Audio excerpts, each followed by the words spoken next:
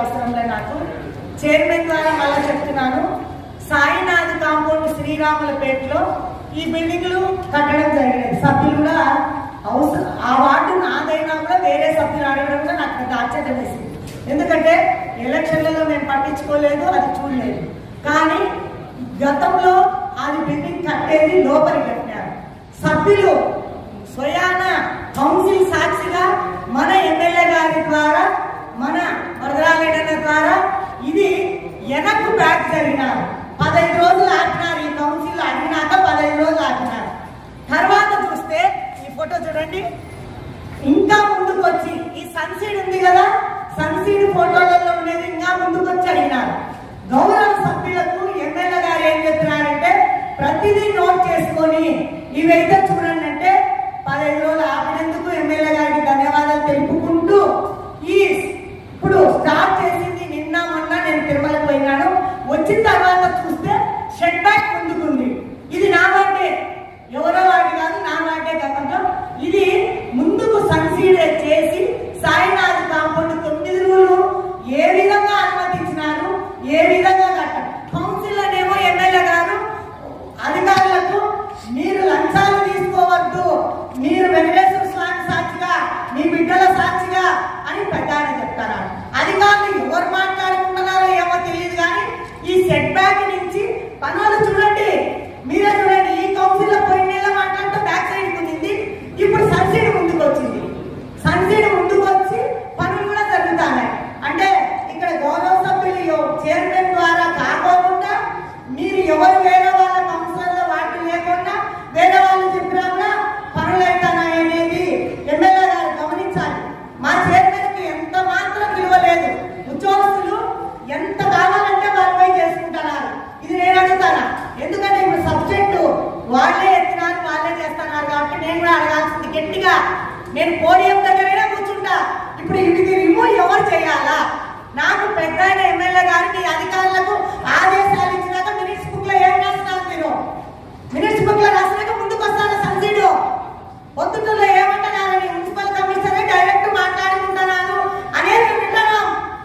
ఏమనుకుంటున్నారు? మేము ఎమ్మెల్యే గారికి చెప్పినాం ఏమని, అయ్యా ఇట్లా జరుగుతుందని మీరెత్తుతే గానీ మా వాటిలో మాకు ఏం జరిగేది తెలియలే. సరే పోనీ ఈ బ్యాక్ సైడ్ జరిగినారు. ఈ సన్సీడ్ ఏంటయ్యా?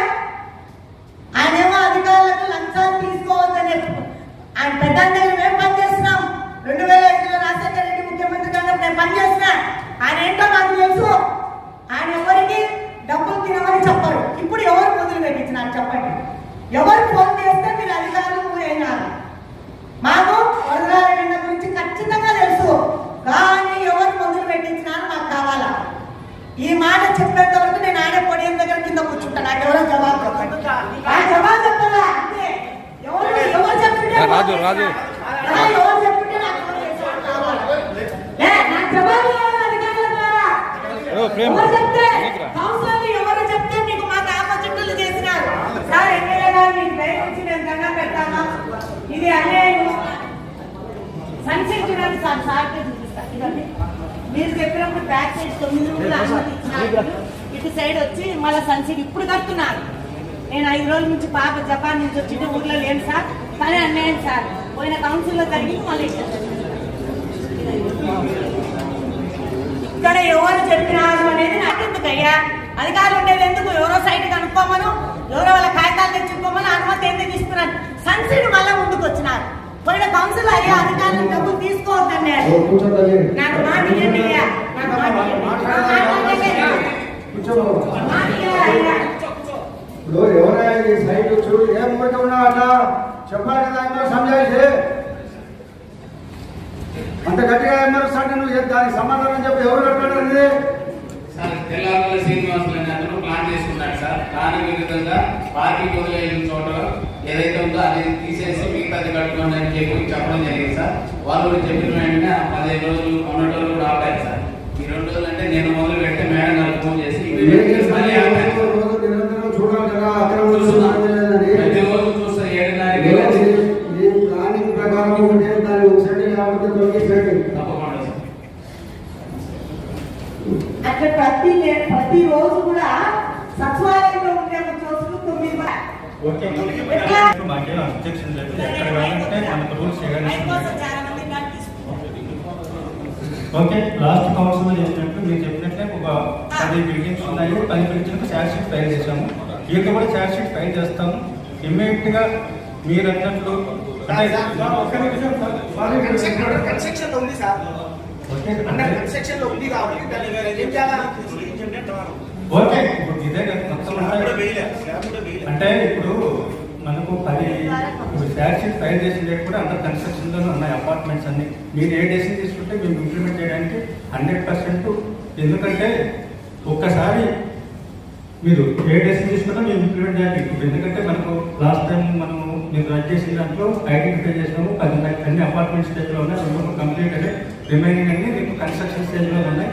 వాళ్ళకి మేము ఛార్జ్ షీట్ ఫైల్ చేసాం. వీళ్ళకి 3 కోట్ల రూపాయలు మన మున్సిపాలిటీకి వాళ్ళు కట్టాల్సిన అవసరం ఉంది. ఎందుకంటే ఛార్జ్ షీట్ అంటే మన డిఫరెంట్ ఏముంటుందంటే మనకు అంటే చాలా మందికి తెలియదు. ఓన్లీ మన పర్మిషన్ ఫీజు 5,000 10,000 లేకపోతే 1,00,000 రూపాయలు అపార్ట్మెంట్కి అయితే ఉంటాయి. అంతేకాదు 10 డేట్స్ ఎక్స్ట్రా ఉంటుంది. వాళ్ళ కన్స్ట్రక్షన్ కాస్ట్ అంతా ఇప్పుడు ఎంత అవుతుందో అంతా కోర్టులో మనం ఫైల్ చేసినప్పుడు మామూలు కన్నా 10% ఎక్స్ట్రా ఉంటుంది. ఒక అపార్ట్మెంట్లో నీకు 1000 స్క్వేర్ ఫీట్ వాడు ఎక్స్ట్రా కట్టాడు ఇంకో మనం ఛార్జ్ షీట్ ఫైల్ చేసినాం. నియర్లీ 3,000 రూపాయలు టు 1,000 నియర్లీ 30 లక్షల రూపాయలు వాడు కోర్టుకు పే చేయాల్సి ఉంటుంది. అదే అటువంటి ఏదన్నా కూడా ఇమీడియట్ గా మనం యాక్షన్ తీసుకుంటాము. దాని గురించి నో ప్రాబ్లం. చెప్పేది ఏమంటే సార్, కట్టిన తర్వాత రిమూవ్ చేయలేము, కోర్టులో మనకి పెనాల్టీ వేస్తామంటారు. ఇట్లా అందరూ చెప్తారు. ఓకే అంటే అంటే మీ గురించి కాదు, దీని గురించి మీరు చెప్పండి. చేసుకొని వాళ్ళకి ఎక్కువ పెనాల్టీ కట్టించుకోండి, ఏం అవసరం లేదు. ఇప్పుడు జరిగేటన్నా కట్టడి చేస్తాము. అంటే మీ ఒక్కదాని గురించి మేము మాట్లాడేమో మన కౌన్సిల్స్ 42 మంది ఉన్నారు. 42 మంది ఒకే అడుగుతున్నాయి. ఎందుకంటే ఒకసారి మనము ఈ ఇల్లీగల్ కన్స్ట్రక్షన్స్ ఉన్నాయి. ఒక్కసారి మీరు అందరికీ చెప్తున్నాము. ఇప్పుడు ఏ డెసిషన్ తీసుకుంటే మేము ఇంప్లిమెంట్ చేయడానికి రెడీగా ఉన్నాం. అంటే మనకి ఏదైతే ఏం లేదు. కొన్ని ఉన్నాయి. ఏం తీసుకుంటే మా కౌన్సిల్ డెసిషన్ కావాలా అని అడుగుతున్నారు. తప్పు మీరు చేసి డెసిషన్ మా డెసిషన్ ఏం కావాలని ఏం చెప్పాలి మేము? అంటే ఆల్రెడీ ఎక్కడైతే ఒక జీవో ఇచ్చింటారు సెట్ బ్యాక్స్, ఒక ఇంటికి ఇట్లా పోవాలా, ఇంత ఉండాలా, రోడ్డుకి ఇంత ఇచ్చి పెట్టాలా, మాస్టర్ ప్లాన్లో ఇంత ఉండాలా, అవన్నీ మీ కాడ ఉంటుంది. మా ద్వారా మీకు ఏం కావాలని, మా డెసిషన్ ఏం కావాలా మాకు అర్థం కానిది. మీరు డెసిషన్ చెప్తే దాని ప్రకారం మేము ఫాలో అవుతాం అంటున్నారే, మేము ఏం డెసిషన్ చెప్పాలా మీకు? అంటే వైలేషన్స్ జరిగినాయి. ఒకవేళ ఇప్పుడు అటువంటి ఉన్నా కూడా మేము తీసుకోవడానికి యాక్షన్ తీసుకోవడానికి రెడీ ఉన్నాము. ఆ విషయం మేము చెప్తా ఉన్నాము. అదిగా సార్, దాని గురించి చెప్తాను. నేను డెసిషన్ కావాలా, మీ డెసిషన్ కౌన్సిల్ డెసిషన్ కావాలా అని చెప్తానంటే ఆ డెసిషన్ ఏం చెప్పాలి? ఏది సమస్యలు రావు. అయిపోయిన తర్వాత దగ్గర నుండి ఓనర్లకు బిల్డింగ్ కట్టిస్తాడన్న మన మునిరత్నం గారు కట్టించి మళ్ళీ మనం ఏమైందంటే కోర్టులో ఉంది, కోర్టు పనుల్లో ఉంది, మేము మాట్లాడమంటారు. ఈ గౌరవ సభ ద్వారా గౌరవ శాసనసభ్యులకు నేను కొంత సమాచారం సేకరించాను. తప్పకుండా మీ దృష్టికి తీసుకోవాలని చెప్పి నేను ఈ సభ ద్వారా తెలియజేస్తాను సార్. ఇది మీరు పొద్దుటూరుకు అవినీతి రహిత పాలన ఇవ్వాలని చెప్పి, అవినీతి లేకుండా చేయాలని చెప్పి మీరు ఒక నవ యువకుడిలా పనిచేస్తారు. కానీ ఈ అధికారం మీకు సహకరించడం లేదు సార్. మీరు ఏదైనా మాట్లాడితే సబ్జెక్టు మాట్లాడాలంటారు. అందుకనే ఈ డాక్యుమెంట్స్ మీకు ఇచ్చి నేను మాట్లాడతాను సార్ తర్వాత.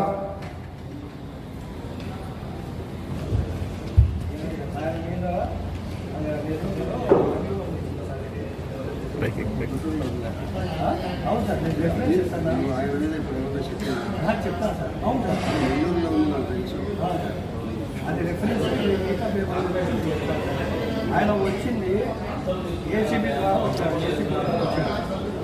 ఏసీబీలో వచ్చిన తర్వాత మళ్ళీ ఆయన మార్చినారు.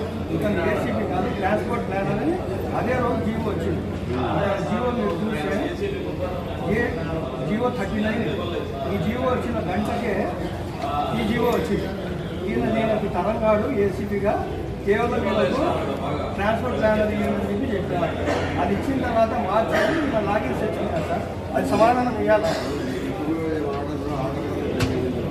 అదే నేను చెప్తాను సార్. అందరూ సభ్యులు కూడా తెలియాలి కదా, తెలియాలని చెప్పి అందరూ తెలియాలని చెప్తాను సార్. కాదు సార్, ఒక్క నిమిషం లాగిన్ సార్, లాగిన్ లో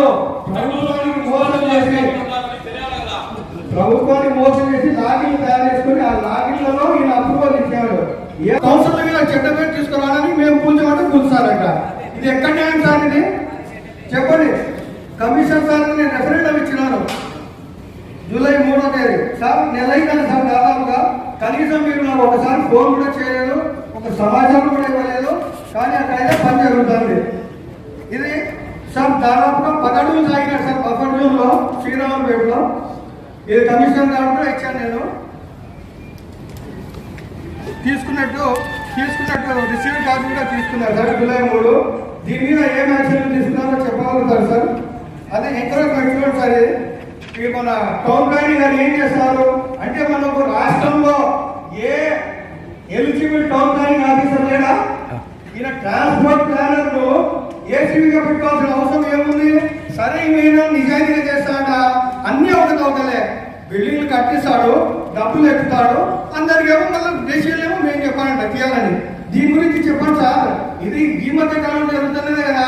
వాళ్ళు విచ్చలవిడిగా ₹1,00,00,000 అమ్ముతారు. రూమ్లు కబ్జా చేసిన రూమ్ల స్థలంలో మున్సిపాలిటీ 2 రూమ్లు ₹1,00,00,000 అమ్ముతారు ఒక రూము. దీనికి బాధ్యులు ఎవరు? మళ్ళీ మీరేమో డెసిషన్ అడుగుతారు. దీని మీద ఏం సమాధానం చెప్పాలో చెప్పండి సార్, ప్రజలకు తెలియాలా. కేవలం 4 అంగుళాలు ఒక అడుగు ఉంటేనే ఎంకరేజ్మెంట్ కొట్టాడే మున్నేత్రం గారు. దీనికి ఏం చేస్తారు సార్? మీ సచివాలయ సిబ్బంది ఏం చేస్తారు చెప్పండి. ఖాళీలో పోయి అనవసరంగా మేము ఏదైనా అడిగితే కౌన్సిల్ లాగా ఇప్పుడు అక్కడ సరిగ్గా అడిగితే నోటీసులు ఇవ్వాలంటారు. ఏ నోటీసులు పోయినారు మీరు? ప్రవీణ్ రెడ్డి గారికి ఎందుకు పోయారు? ఏ నోటీస్ తీసుకుని పోయారు మీరు? వాళ్ళకి ఏమైనా నోటీసులు ఇచ్చినారా? కాన్సెప్ట్ బాబుల్లో ఎదురుగా పోయి తీశారు. వాళ్ళకి మీరు ఏమైనా నోటీసులు ఇచ్చారా? మీకు ఇష్టం ఉంటే చేసేస్తారు, మీకు కష్టమైతే మా మీద నోటీసులు అంటారు. ఇది సార్ జరుగుతుండేది.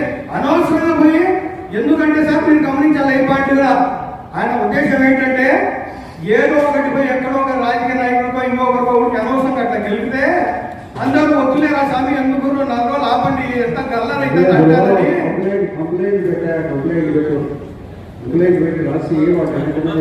కానీ దీని పరిష్కారం చూపించాలి కదా సార్ వాళ్ళు.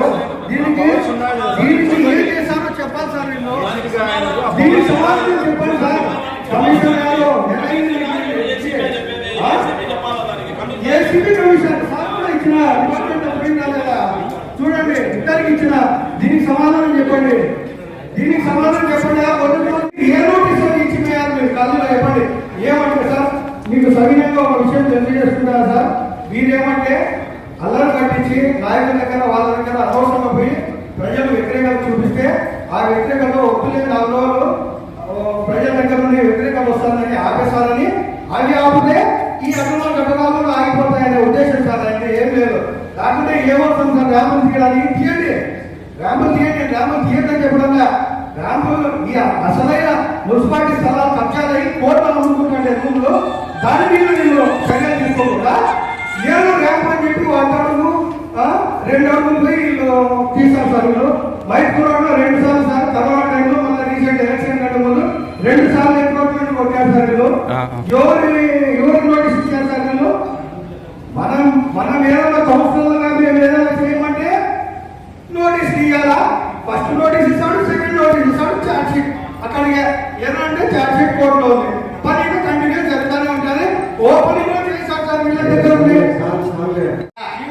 వ్యక్తిగతంగా ఆరోపణలు చేస్తున్నారు. ఇదే కాదు ముందంతా కూడా చేస్తున్నారు.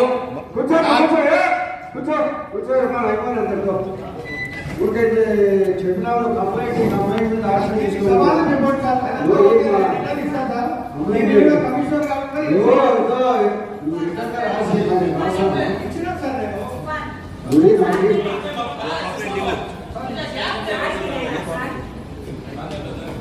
అదే సార్ నేను స్పాట్లో అడగట్లేదు సార్. మీరు ఇచ్చి వాళ్ళకి ఇచ్చి తర్వాతనే అడుగుతారు సార్. సార్ తప్పకుండా సార్, తప్పకుండా మీరు ఒక యాక్షన్ తీసుకోవాలి. ఎందుకంటే